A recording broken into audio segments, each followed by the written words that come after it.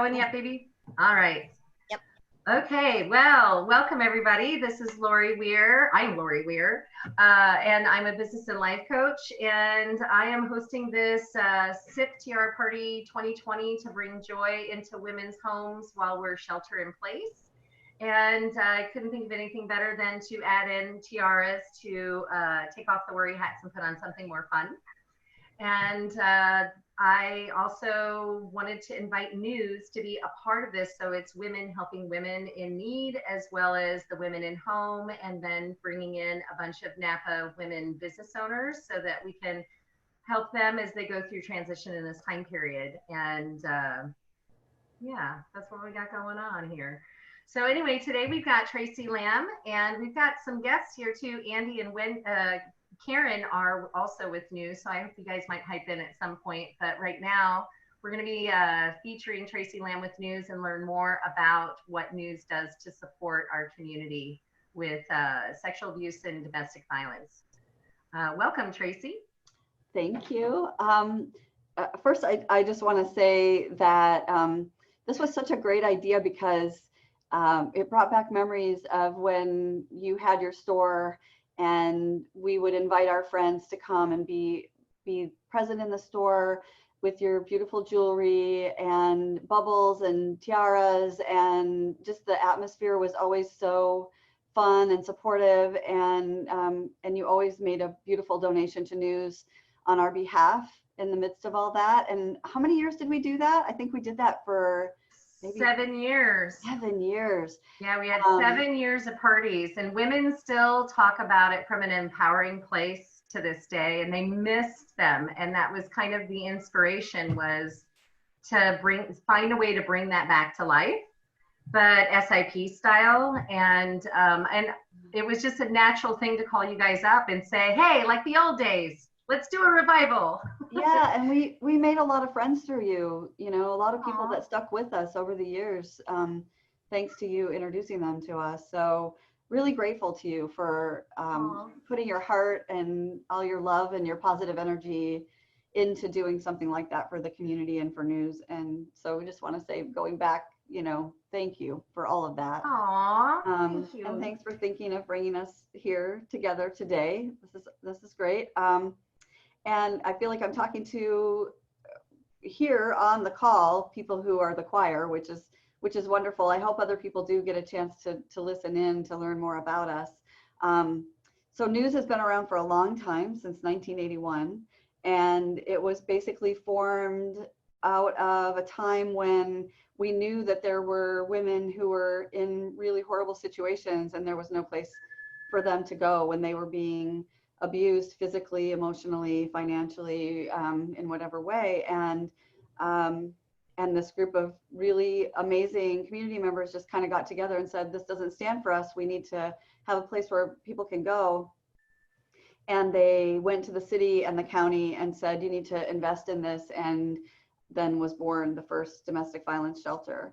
And we started out with this tiny little budget and a group of grassroots people. And since then, we have grown into this amazing organization that not only provides shelter, but just provides a full realm of services for people who have all kinds of needs and want to make all different kinds of choices for their lives. And what we want to do is offer as many of those options and choices as we can. We went from, I think, having a $500 budget when that group first got together to now being an organization that runs on over $2 million budget every year and has 9 or 10 different programs and 32 staff members and serves about 1,600 survivors of domestic violence and sexual abuse every year. Wow. That is pretty impressive. Thank you, Miranda, for clapping and starting it up. That is 1,600 a year. And who would think that it would be that prevalent here? That's a pretty high number to me. And it's just the very tip of that iceberg, because that we know that there are hundreds more people that are living with these situations who we won't hear from, who we're always trying to reach out to say it's okay to call and we want to hear from you. And we might have options for you, or we might just want to listen to what you're thinking and just be there to support you. And but a lot of people won't even probably ever make that phone call, and they'll suffer with it.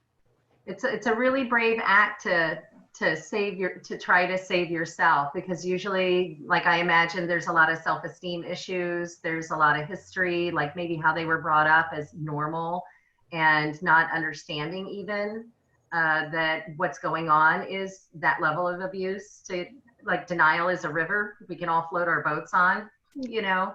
Well, and people want to think that they can hold their families together, and change is scary and hard, and the options aren't easy. If it was easy, people wouldn't stay in those relationships. It's kind of insidious, and oftentimes it's not all bad, and so it's difficult to make that decision when you think, well, sometimes it's okay. There are those times when it's scary or awful, or I feel like I need to make a change, but then sometimes they're a good person, they're a good father, they're a provider, it's a good relationship sometimes. It makes it very, very hard to make these tough decisions. Yeah, well, I really, really appreciate that you lead this group of 32 people to actually come together to be like, it's like you guys are a community in yourselves that they can come to for resources to actually find those solutions and those changes that they can make. And that leads me into, like, I've never really gone into all the things that news provides as a breakdown. I mean, I was going to ask you, like, what are some of the positions and roles of this team of people? But to be 32 people, it's really hard to get what each role is. But what are some of the, like, I think about Bailey and how she's become like a coach within the organization. And from what I understand, it's around physical health, amongst other things. But like, there are these different roles. So I want to hear about some of these different roles that people play in supporting these victims, so they're empowered to not only just get out, but be empowered to actually lead their lives on a new path. Yeah, it's an amazing team. You're a coach, a life coach. We really try to run the organization as a strengths-based organization. So all the people have roles that actually suit them well and are the things that they're good at and that they like to do. And I think we do a pretty good job of doing that with the staff. So the skill sets are broad. Some people who work at news were survivors and don't have a college degree, but have a lot of life experience. Other people who work at news have master's degrees and are getting ready to go to law school. So, there's a full realm of skills and expertise that people have in the organization. And you gave Bailey as an example. Bailey is comes from the world of sports. She is a competitor. She is high energy. She also has life experiences that make her really dedicated to the work that we do here. And she started out as a volunteer working in our kids program. And when we got to know her, we recognized that she had that background right when we were looking at using sports as a way to engage youth in prevention of sexual abuse.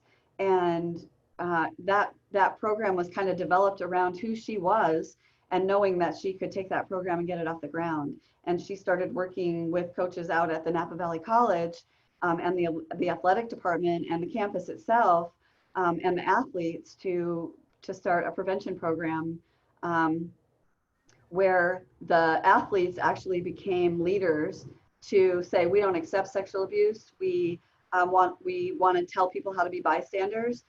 We want the coaches to incorporate these kinds of lessons about equity and equality in our coaching sessions so that we can be the kind of people that will go out into the world, and it will carry over not just into the sports world, but into the community, that sexual abuse is not acceptable. And Bailey has done an amazing job of taking that on because of her energy and her commitment and who she is. She's just like perfect for that position. Oh my gosh. I feel like it was a perfect, when I saw that that was happening and she was coming on board and you guys developed that program, I was like, she's on fire because she's right where her purpose is. And it just, whenever I saw that kind of like slowly developing from the outsider's lens looking in and knowing Bailey and knowing you guys, I just was like, oh my God, like, of course she's going to be fantastic at it. She's right in alignment with her purpose. And the way she's going to be like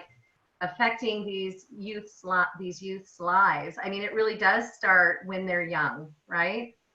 And Yeah, and the coaches have such an influence on the youth. And if we can connect to the coaches, and Bailey's just done a beautiful job of doing that, then the coaches through their leadership pass it on to the athletes, and then the athletes through their leadership pass it on to the community, and it just is this great thing. But she's a perfect example of strengths-based leadership and what that looks like in an organization.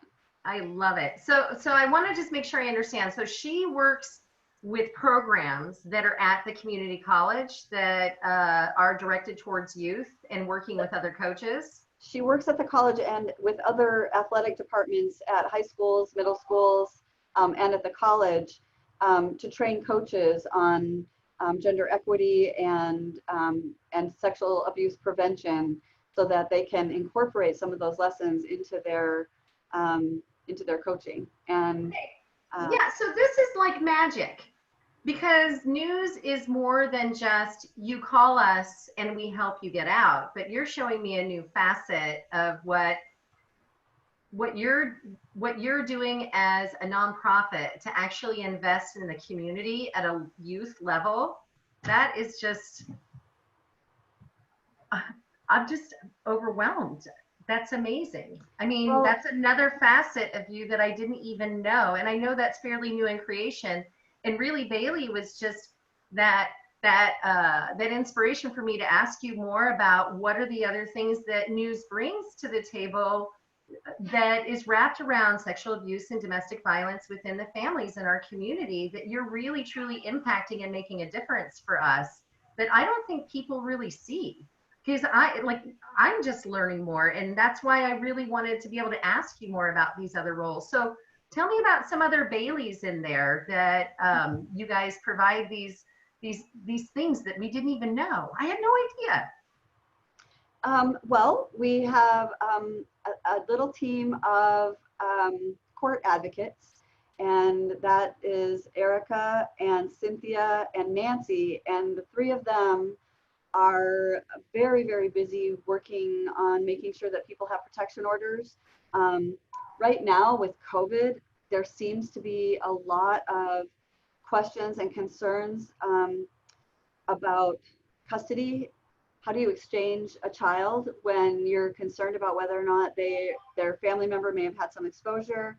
What are your rights in that situation? Can I be prohibited from my spouse who's abusive be able to keep me from being able to have access to my child, with the oh wow, to say that the reason is because they don't trust that I'm going to be able to keep my child safe. Those kinds of questions that are coming up now, and also leaving in the time of COVID is scary. But the three of them, and now they're working remotely. They've done an amazing job of getting those orders through the court. So the court is still operating and helping serve these families. And yes, but I mean, open, but well, yeah, it's not open, but they're still able to navigate a path so they can get those solutions. And that would be even bigger mystery meat, I would think, for somebody that's struggling to, keep their children safe while shelter in place, and having you guys there to help them figure it out, because everybody's figuring it out. I mean, life alone in shelter in place would be really hard, but to be in that kind of circumstance and not have somebody to hold your hand through it, even SIP style like you guys are doing, I just think that sounds amazing that those women are actually finding ways to carve those paths to help them find solutions. Right. And when we talk about the perfect skills and personalities for that job, the three of them are so perfectly fitted and suited for what they do. They're tenacious, they have to work fast. They have to listen to oftentimes really traumatic histories with people who are having to tell their stories. So they're so empathetic and careful, but they also know what information they need so that they can be successful to get those orders approved. And they have great success in being able to do that, to get those orders through because they know how to do it. All three of them are interested in law, and one of them is taking the LSAT to eventually go to law school. So, and they're all three Spanish speaking. They have, cultural experience that helps them to be the kind of people they are, that you can sit down with and feel safe and know that they know what they're doing. And so that's another example of a great team.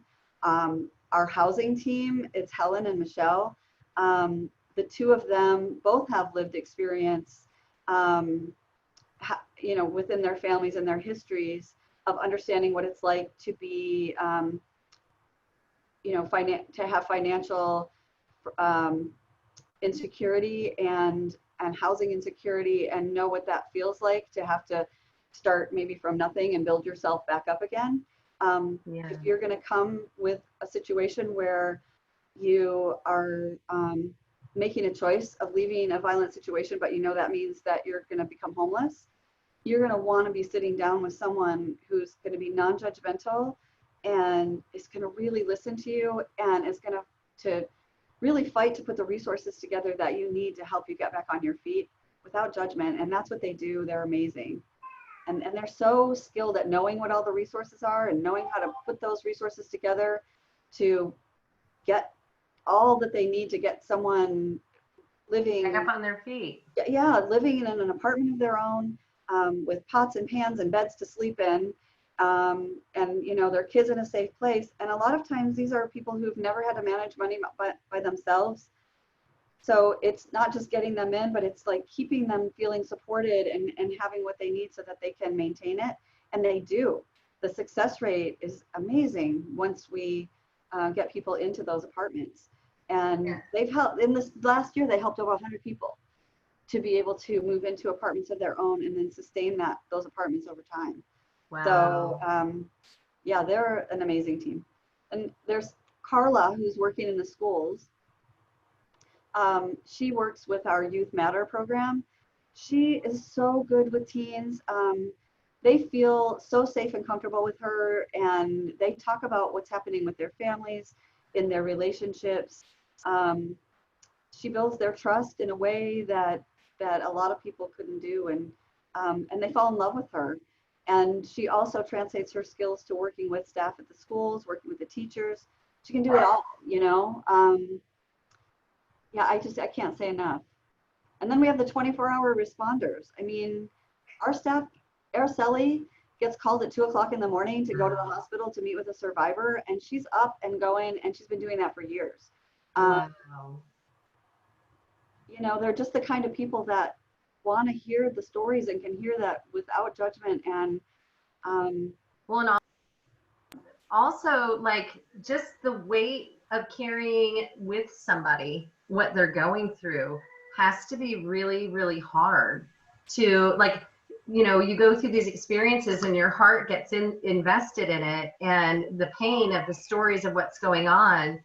That leads me to I'm curious, how do you guys find a balance with that? Because I imagine, it's such a brave thing that each of these 32 people have their own story, it sounds like, and they're very passionate about the programs that they're matched with, but it's got to be, like, at times weighing. So what kinds of things are you guys doing for, like, a work-life balance where you can kind of, release it so that you can show up for the next one and be 100% like you want to be?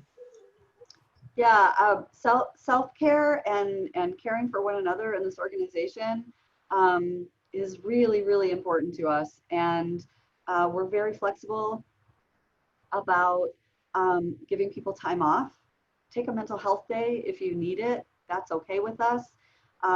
We do a lot of team building, fun things together. We're kind of a family. I would say that the staff in each department are so close. They rely on each other to be able to share and feel safe, to be able to say, I'm having a hard time. We have like policies where somebody takes time off, other people can donate their sick time to them to help them out. We do that all the time.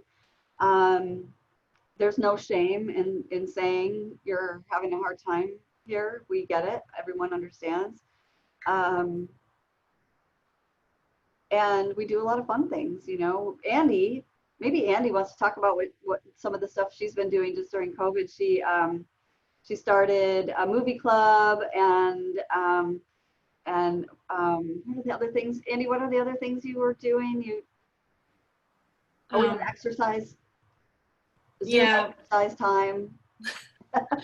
Yeah, we have like a recipe exchange like club weekly now, especially as we're not in the office. So in order to try and create more connections with one another and still be able to share experiences and just kind of what people are doing, we have a private Facebook group where people have been posting kind of what they're doing. We did bingo to try and get us more active and kind of thinking, try to loosen the anxiety a bit surrounding especially COVID as people started working from home. But we have the best potlucks on earth, you know, so we do gather to celebrate a lot, and we celebrate a lot.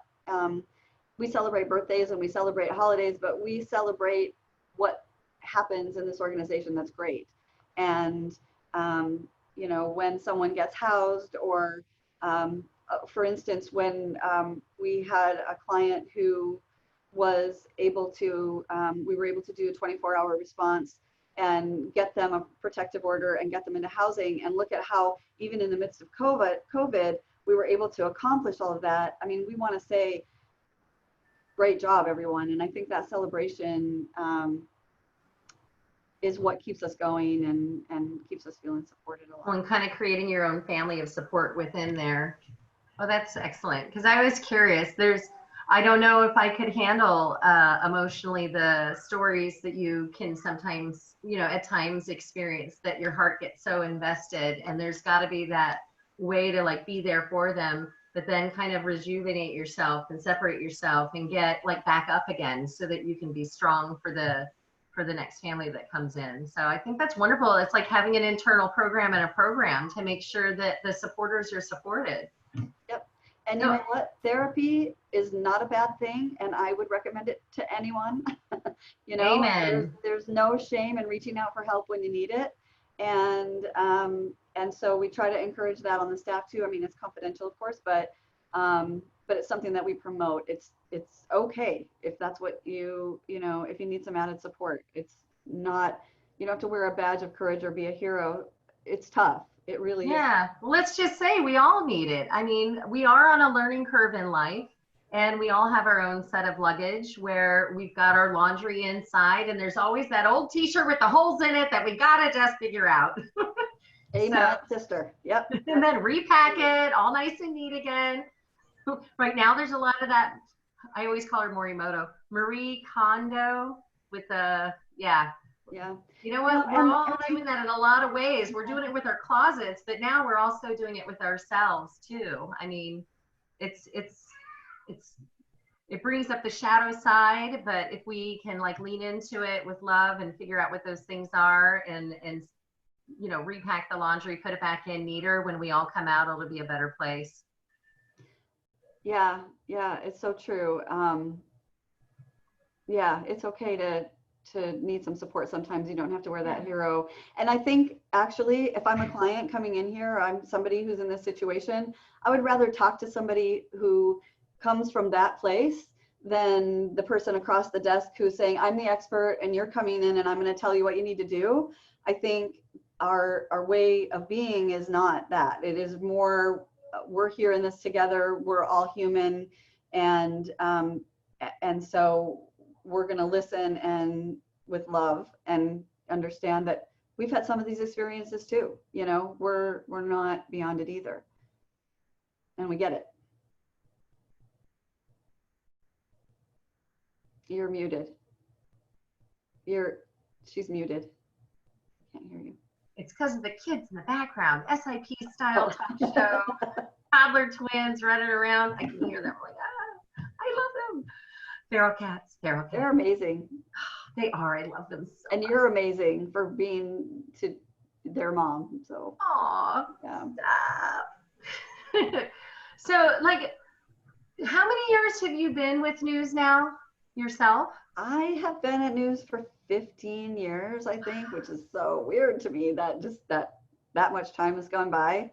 I've been in the field for a really long time, but just here at News for 15 years, which seems like such a blink to me. It's gone by so fast. It does. It does. So I'm curious about what your story is that led you to being passionate about news. Like you said, everybody else has their stories and how they can relate to the core of what's going on, and then they come with their gifts, then their passions, and bring it to the table. I mean, clearly you are the executive director and you love. We're a team. It's a team. Yeah, That's the title. that team. Well, that team piece is really huge, and it's really brave to want to be the leader of a large group of people that are making the world a better place, like one family at a time. Like what led you on your path for like your story and who you are and what's led you here? I'm so lucky. I am so lucky that I ended up in the perfect place at the perfect time. I like a lot of teenage girls had some experiences that weren't super healthy relationships. And I think I didn't even know what it was until much later. And I think I just naturally kind of was drawn to wanting to get into social work. And it took me years to kind of realize, oh, that's why I think I was drawn to doing this kind of work. That was not okay, what was happening to me. And I didn't even really acknowledge that for a long, long time. But now I realize, oh, that's kind of what started me on this path. And when I got my degree in social work and wanted to work with kids, and I came out and I worked at a Head Start program, but then when we moved to Napa, there was a job for a crime victim advocate, and I was just like, that just seemed so perfect. And I got a job working with Gail Kelly, who actually was one of the people who founded News in the first place. I wrote the first grant for the rape crisis program and the domestic violence program, and she was my mentor and my first boss. And I did that job for a few years, moved to Santa Clara County and got a job with victim services there, and was there for 4.5 years. And then when I was able to come back, there was an opening for the Rape Crisis Center. It feels like my whole career was a stepping stone to the next thing and the next thing and the next thing and the next thing. And I was a volunteer. I started out as a volunteer in this work, and then I became an advocate, and then I became a program manager, and then I became a director, and then I became the executive director, and it just felt like I was just always on this path. And I would say this to the audience, that there were times when I thought, I can't do that. I don't think I'm qualified for that. I don't know that I'm capable of that. And there's the brave piece right there. You had to be brave. Yes. And I think that's what I would say to anyone is take that leap and believe that you can do it. And if you're feeling called to it, like I felt like almost like there was a magnet calling me to this that I didn't even know what it was. If there's a magnet that's calling you to something, just go for it. Follow it. Just believe it will work out. It just does. So yeah, I think, and when this job opened up, I thought Shay, I don't know if any of you know Shay, probably everybody else this call knows Shay. Shay was the interim director after a situation where the director had left the organization with the staff kind of feeling uncertain and a lot of things going on. And Shay took over, and she's so loving. And I thought she was going to want to be the executive director. And then she decided that she wasn't ready for that at that time. And she was going to have twins, which was amazing. Yes, I remember. Yeah. And so I said, well, did they find anyone yet? And she said, no, they're about to offer it to someone, but I'm going to tell them to wait, and I'm going to have them interview you. And so thank goodness she got me in for an interview right before they were ready to make the decision, and then I ended up getting the job. And Yay! You're the so, perfect person for so the job. lucky. I've loved you for years. Like I knew you before you were the executive director, and you just have such a pure heart to yourself. There's just this calming kindness to your spirit that I'm just really glad you got your brave on, girl, and you put on those big shoes and those big girl pants, and because you're a leader. And the reason why it happened is because you were a natural leader. You just needed to accept and acknowledge that that title could be put to it. Well, and I really realized that being a leader really is a lot about finding the people around you who are talented and do really good work. And I'm so lucky that I'm surrounded by those people here at News when you're talking about all the different roles. Yeah. I mean, I trust every single staff member here. They do their jobs, and they do it with passion and talent, and you know, all that they do. And so they make me look so great. I mean, I feel so lucky to have all of them. It's like you're in charge of sourcing the talent and then looking at the talent and optimizing it so that it fits as like it's laser focused towards the same goal. But this way everybody can be themselves, yet and they can be creative when they're in that realm, and have it again like laser focused towards helping these families. It always comes back to the mission, you know. Are we doing the job that we intend to do? Are we doing it in the best way that we can? Are we offering everything we possibly can? And we're always reinventing and thinking of new programs and new ways that we can help people, because there's always more. For instance, you know, something that's on my mind that maybe where we're going in the future are that there are a lot of people who are in difficult situations, but they're in families and they don't want to leave those families.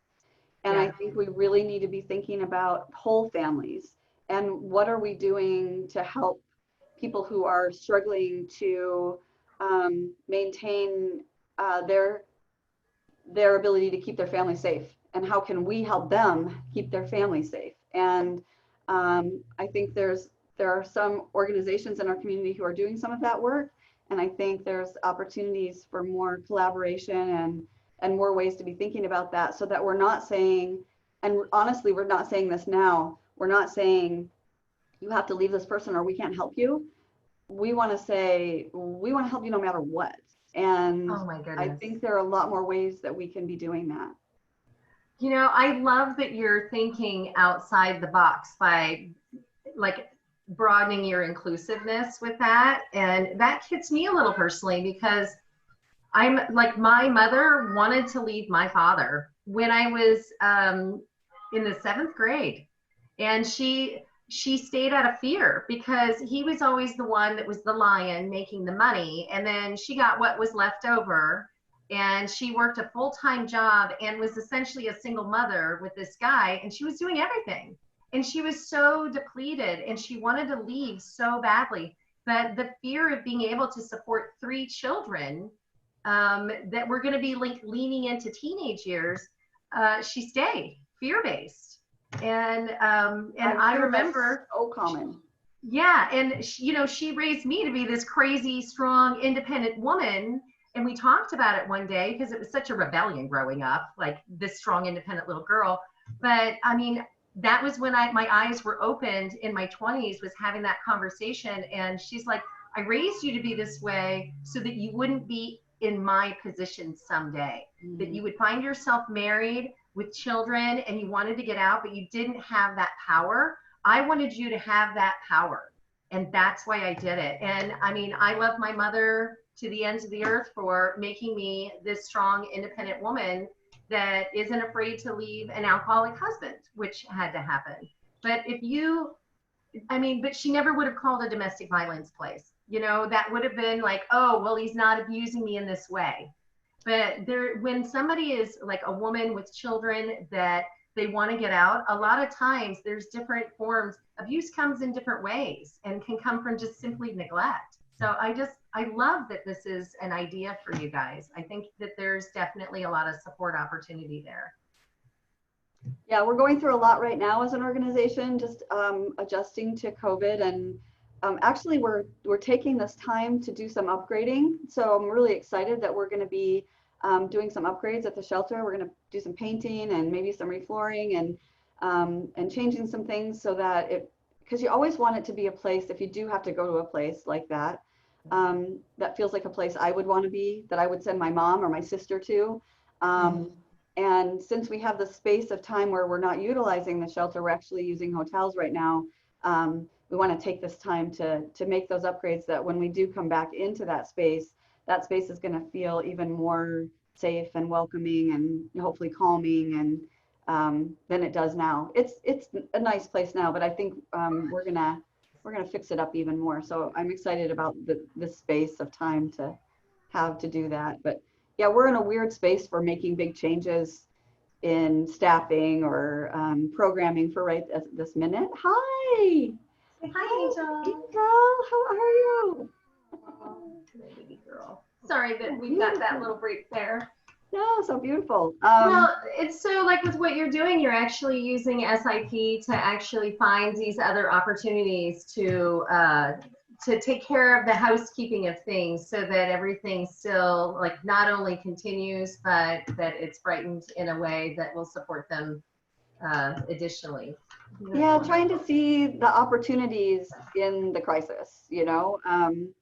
I think oftentimes when people are in crisis, if you look, there are usually opportunities in there somewhere. So I think that's one of the things that creates change and movement that actually can help us grow. So. Awesome.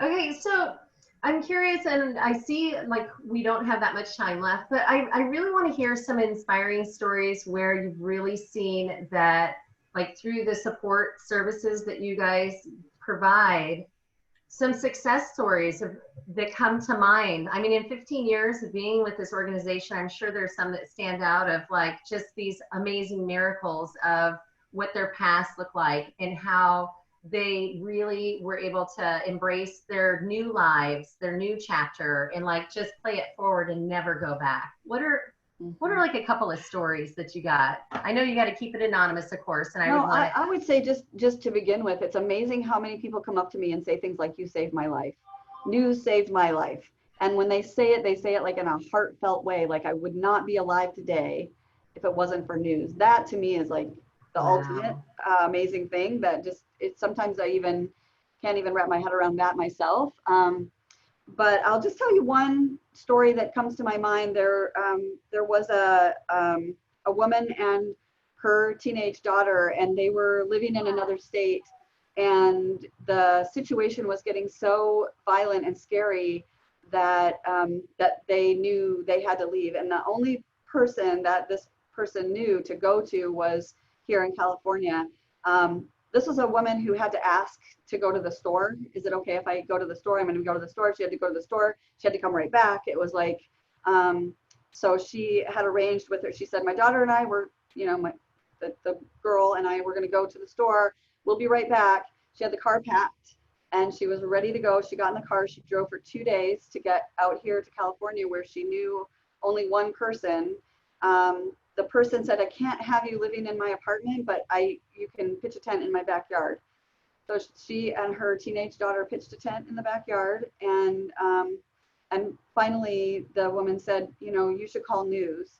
She called us. And by that night we had her and her daughter in the shelter. And she stayed with us for several months. And in the meantime, her daughter got enrolled in school here, joined the track team. And once we were able to kind of get them settled and, you know, not feeling like they were in that really horrible trauma feeling that they were in for such a long time, she was able to sign up to go to the culinary school. And we were able to get her into an apartment of her own. The two of them moved into an apartment of their own. Her car had broken down, or I think she owed fines in another state or something. We were able to pay the fine so we could get her license upgraded here in California so she could drive back and forth to her culinary class. She graduated top of the culinary class. She got a job in a restaurant, making pretty good money. And in the meantime, her daughter got a full ride track scholarship. to college. And so they went from, you know, escaping in the night to having a life. And to me, that's kind of the whole, you know, you can get from there to there. That's kind of what it's all about. That's why you do it, right? The success stories are amazing. And we're kind of like, you know, when a kid, well, maybe, is Angel riding a bike yet? Like a two-wheeler? Yes, well, with training wheels. With training wheels. So Yeah. that day when the training wheels come off the bike and you're like running beside her and then you kind of let her go. Yeah. That's Yeah. kind of what it feels like to us, what we do. It's like, you know, we kind of just barely touch and hold on and just sort of, you know, guide along the way to get them to the point where it's like, I got this. And that's what we can see all the time is the I got this. And you know what's a bummer about COVID though is that we had a lot of people who were on that path and then this hit and it kind of set them back. And what's been really awesome right now is that we've been able to put the training wheels back on for a minute and provide some added support to those people so they can stay where they are and they're not losing their housing and they're being able to maintain. And that's really what news has been about a lot during this time is keeping people sustained so that they don't lose it. Well, and finding new ways during these new times. Yeah. Gosh, Yeah. I'm so glad you guys are here for our community. Thank you so much. It's honestly our honor, really. Yeah, and we're so lucky we have Andy. Andy just came on board and she's just been a bright light and a little, she's got such great energy and it feels like she's been here with us forever. And I'm so happy to have her. And I think Karen's on the call and Karen is also, you know, Hi. Amazing. Hi, Karen. Hi, Karen. Karen, if anything that you see in print that looks beautiful, Karen is responsible for that. Karen got the 100s going and helps us with our 100 Women Who Care and 100 Men Who Give a Damn clubs. And 100 Men Who Give a Damn? Yeah, the Men Who Give a Damn. They're awesome. There's so many other things I can't go into them all, but she also has just got so many talents that really help to support the organization because of what she's good at, you know? So yeah, it's great. And then Shay is just, she's dynamo and she's just full of love and just their personalities are amazing, the whole staff. They're just perfect for what they do and they're good. Oh, I love it. I love it. Well, and the more powerful you guys are. Wendy used to be, I know. she was the president of our board for how many years were you? I don't know how many years. She still has herself muted. Yeah, I think she was the president for at least, I'm going to say maybe 4 to 6 years. I don't know, but on the board for a long, long time. And they're with the North Nava Rotary, and they do amazing things for news. They help us with projects, fencing. We had to put a modular on the site, and they helped with that whole project. And yeah, the Bennetts have been just like part of the family of news since the beginning, before I got here. So I helped hire you, Tracy. Yeah, thank God. We're forever indebted to you, Wendy, for that. You know, Wendy's always been very passionate as far back as I can remember. I mean, you guys have been around longer than when my Tiara parties happened in the first place, but I know that Wendy's always comes hand in hand with it. There's so many people in the community like that, though, that have been just there for us. And now with COVID even more, I mean, we just have so many people just be so there for us. It means the world to us, really. Well, and that leads me to how can we as a community support you supporting us? I mean, I'm sure that people want to offer, I mean, if they may, like financial, I'm sure is really huge, if any financial contributions. But then there's some of us that maybe we don't have the financial piece, but we have other offerings that we could give that would help support the families or support you in any way. What would be some of those things that we can tell our audience how to contribute and what to contribute? Yeah, I think people usually think about becoming a volunteer and taking the training, and like I can help by actually talking to clients and helping, and that certainly is one way, although that's a little bit on hold right now. But there are so many needs of the families that we have and so many needs of the organization for instance, your talent, you would not think that, being a jeweler would have a connection, but look what you've done for us. I mean, so I'm sure there are people that have all kinds of different talents that could think about how they might connect. Julia Allen, for instance, her artistic talents have been amazing to us. She helped us with our logo. And then the Rotary Club, their talents with being able to fix things and raise funds by having a fundraiser. So many creative ways outside of being a direct volunteer. If people think they have a skill or a talent that they could add. And then of course, always there's the financial contributions, and right now people are really desperate for food and clothing and things that they would normally buy that they can't buy because they're off work.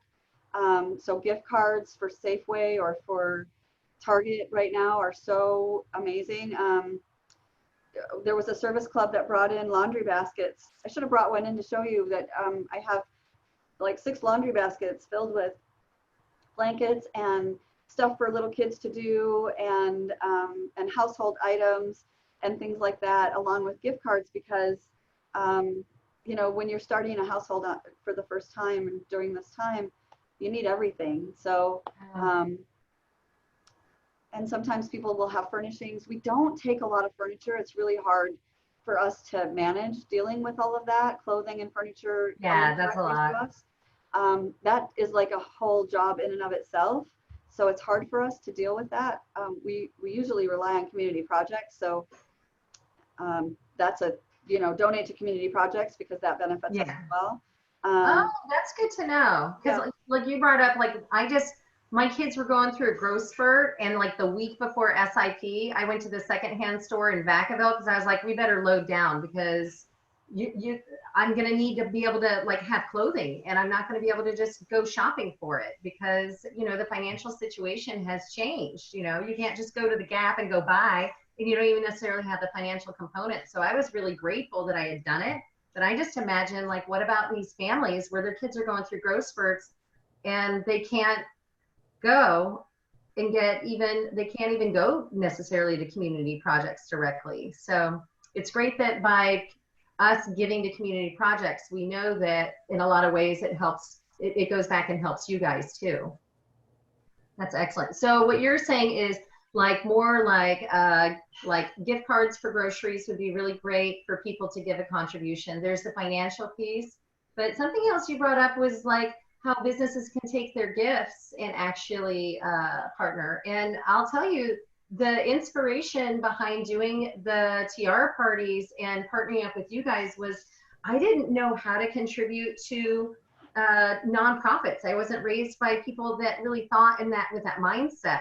And I also didn't really have the financial capital to really just give financial donations, but I felt like using my business was like a platform to bring it in through sales to be able to give. And so really like businesses partnering with you guys can create this platform where it's not really costing them any money, but they're actually utilizing their gifts and sales to actually financially have the audience come in or the customers come in and help be that pool of funds that can then be a significant contribution. Yeah, hopefully it benefits both of us, Yeah, it totally does. We can help bring people to your event, and then if there's proceeds donated to news, then that helps us too. And for us, a lot of it is about building community.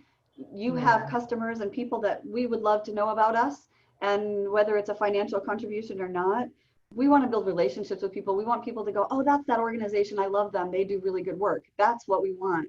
So, and I love that about you. You've said that when I had the store and I was doing it. You said when I was closing my store that was the way you guys looked at it. And even now, whenever I called you up and said, hey, what do you think? Let's do this Tiara party Zoom style.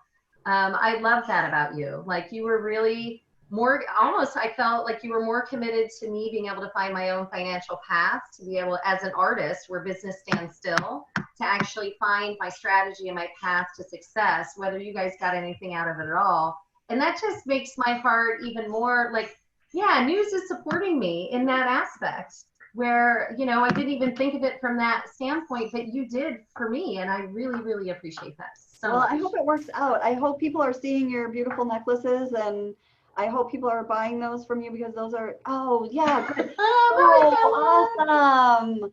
Oh, it turned out so beautiful. That's the first one I saw. Well, there aren't that many out there yet because I got so caught up in the Tiara Party series and helping these other businesses and my learning curve with technology. And I shared a story in my Facebook. Like there's layers to the meanings behind that necklace. But one of them, I just said a heartfelt, like my story and my relationship with the three arrows. And I wasn't even trying to sell them. I'm like just trying to gear everybody up for Lori's coming up with something new and I'm rolling it out. And right now we're in manufacturing.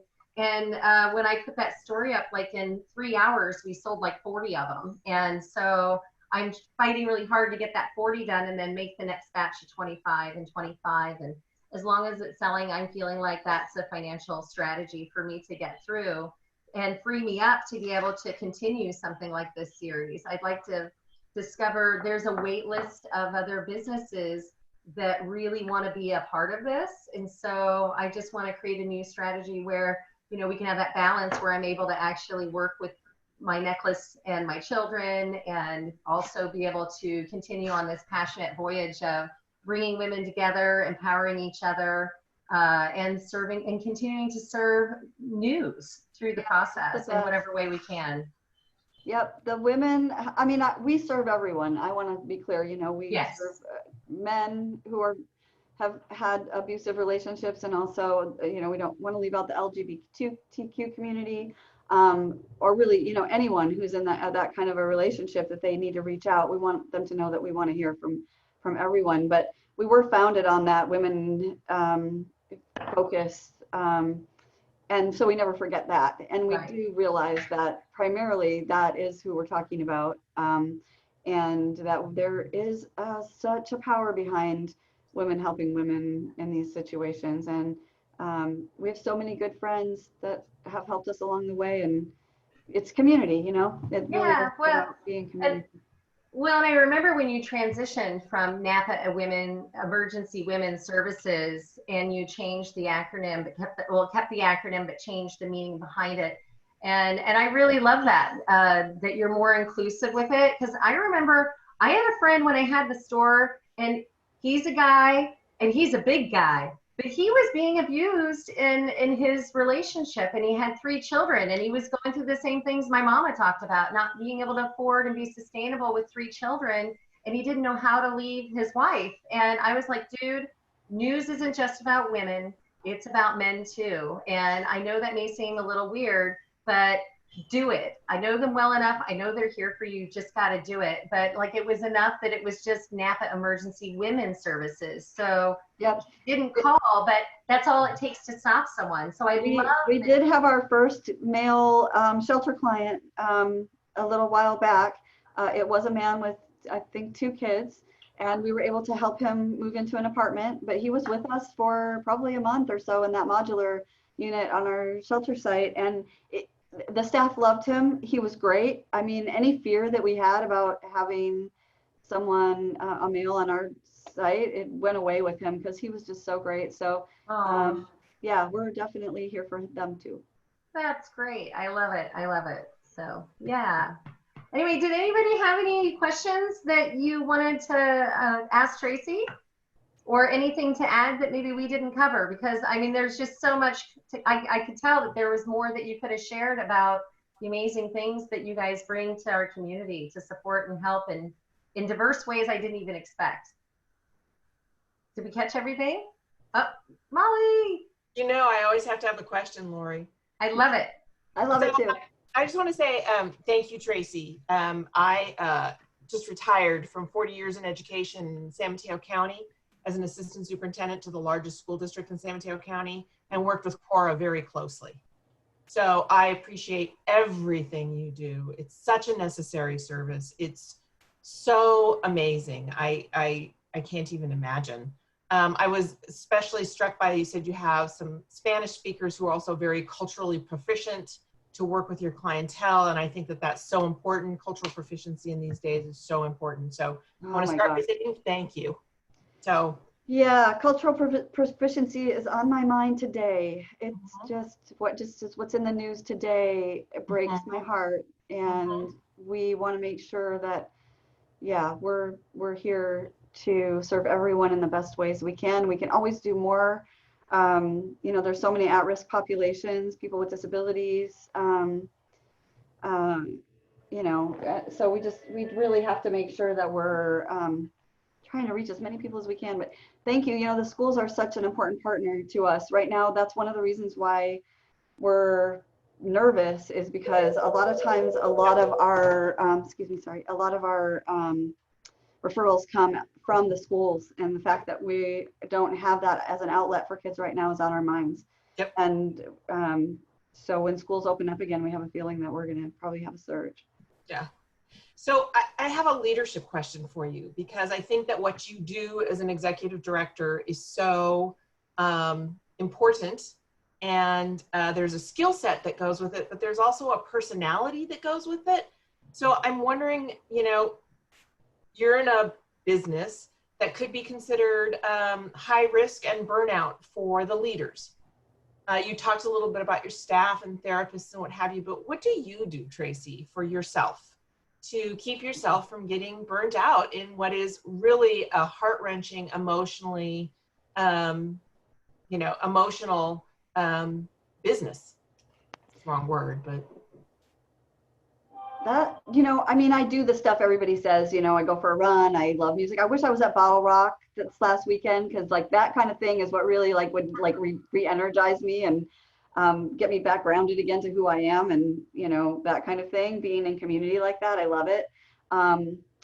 But I think truly why I'm still here is because I get to create and see change. And for instance, the News About Sports program, when I heard about sport as a tool for creating culture change, there wasn't a program. That I looked around and I couldn't find a program, and I thought we could create a program. And you know, it just kind of came together, and we ended up creating this program that we presented at the national conference as a model. And that kind of stuff is what really keeps me excited about my job, because it's the long-term change. It's the adding the programs that really make the difference in people's lives, and it never gets old because there's always something new.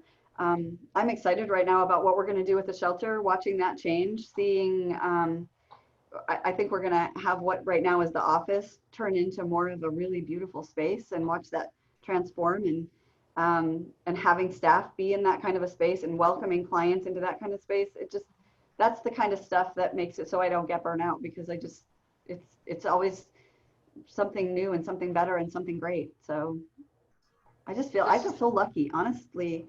15 years seems like it went by so fast, and I feel just so lucky. Aww. Well, thank you. That. That's how I felt about 40 years. Wow. 40 years up, I was like, wow, that went fast. But 40 years of serving students went by like that. So it's been almost 40, it's been 35, 37, I don't even know, of serving crime victims in one way or another for me in my life. Wow. And I have been able to grow and change through the process. I've seen the field change so much. Yep. And I feel so much like, I feel like where we are now is so much better than where we were 15 years ago in terms of how we treat people and what we offer people. And I've just been so lucky to be a part of watching the whole transformation. Well, thank you for everything you do. When Andy told me she was coming to work for news and she explained it, and I said, oh, that's the Napa Valley, Napa County Cora. And I worked with Cora on a daily basis. So I'm super excited. Well, any ideas you have, I'd love to hear from you about what worked with you and Cora and what you liked about them, to hear more about that someday. Someday. Ooh, yeah. We're done with SIP. Maybe we can go actually sip together. So yeah. At Be Bubbly. We'll go to Be Bubbly. I was just going to say, that sounds like another great connection. Yeah. Oh my goodness. Well, and of course it's going to go by fast for you, Tracy, and same with you, Molly. You're two women that have been working and living in your wheelhouse, and you're like, when you're in alignment with what the universe wants for you, that its intentions were for you in the play out of things, and you're brave enough to just grab on and do it. I mean, of course it's going to fly by fast because the universe is just going to bring one exciting thing after another. Like you said, Tracy, I mean, it just seems like there's always new things to embrace and all kinds of new things, like with the changes that happen generally in life, but also like particularly what's happening right now, you being in your place where you belong with your purpose. Of course, you're coming up with great ways and a great team that comes up with creative ideas for new solutions so that you guys can actually be there for the people in need during this time and after this time. I just think it's fantastic. And again, I am so grateful for you. And I'm so grateful for everybody that plays their role at News and what they provide for a community. And I appreciate taking the time today to really get a deeper view of what you guys do that helps our community. I mean, there's a lot more behind you than, you know, your basic name of supporting victims of domestic violence and sexual abuse. I mean, you're also working in prevention, and you're starting with the youth, and, you know, the outreach that happens with that is just, I love it. And then wanting to consider bringing in and being even more inclusive, like families that have different types, you know, they're the silent abuses that can happen. And I just think it's wonderful. Thank you so, so much for making the time to be here today. Thank you, Lori. Thank you for this and for everything that you've been doing and all your parties this week. I hope they're going good and people are taking part. Sounds like they are. It's been great. And it's been really awesome getting to know each one of these women on deeper levels too. I mean, a lot of times as women in business, you know, anybody in a business, you know, they're so in their business and they all have their challenges and they all have like what they're going through right now. And it's just really neat to kind of get behind the curtain and see how many similar struggles they're having, and to be able to be a part of helping get them connected with you guys, as well as getting their voice out there as they transition their own businesses in this time period and propelling forward as we get into stage 2 and stage 3 and get out back into the normal world. Yeah, the new normal, back to the new normal. Well, thank you, Lori. Thank you very much for this. And nice to see you, Angel. You're very cute. Can you say hi? Hi. They've been very good through this time period. Oh my goodness. All right. Nice to see all of you too. Good to see your face, Wendy. Nice to meet you, Molly. You. Yeah, thanks for coming, ladies. Really appreciate it today. And Molly, I look forward to seeing you maybe at 2 o'clock with Dr. Chang. Yep. Oh my God, I'm so excited about Dr. Chang. I know, me too. At 6 o'clock? Do you know about Dr. Chang? Oh my God. She's another person that goes strictly by word of mouth. She does not need the extra business. The whole reason she's even doing this party is because it's all wrapped around empowering women, empowering themselves, and self-love and self-care. But her clinic is called Paradigm Aesthetics, and she changes the way you look at aging. And so she does non-invasive techniques for skincare. And I have to tell you, after having my twins in my 40s, I was super exhausted for the first 2.5 years, but then I, started to perk up again. And I remember looking in the mirror and I'm like, oh my God, I'm feeling good. But on the outside, I now have these sleep deprivation wrinkles on my forehead. Well, she helps me with that now. Oh, I might want to tune into that one. Yes. And I had a mustache ever since I was a child. And my mother used to try to get me to save my babysitting money up to get electrolysis. But I was in the 6th, 7th grade. I'm not going to do that. I'm going to go buy a cute sweater or a purse. And I finally am like, you know what?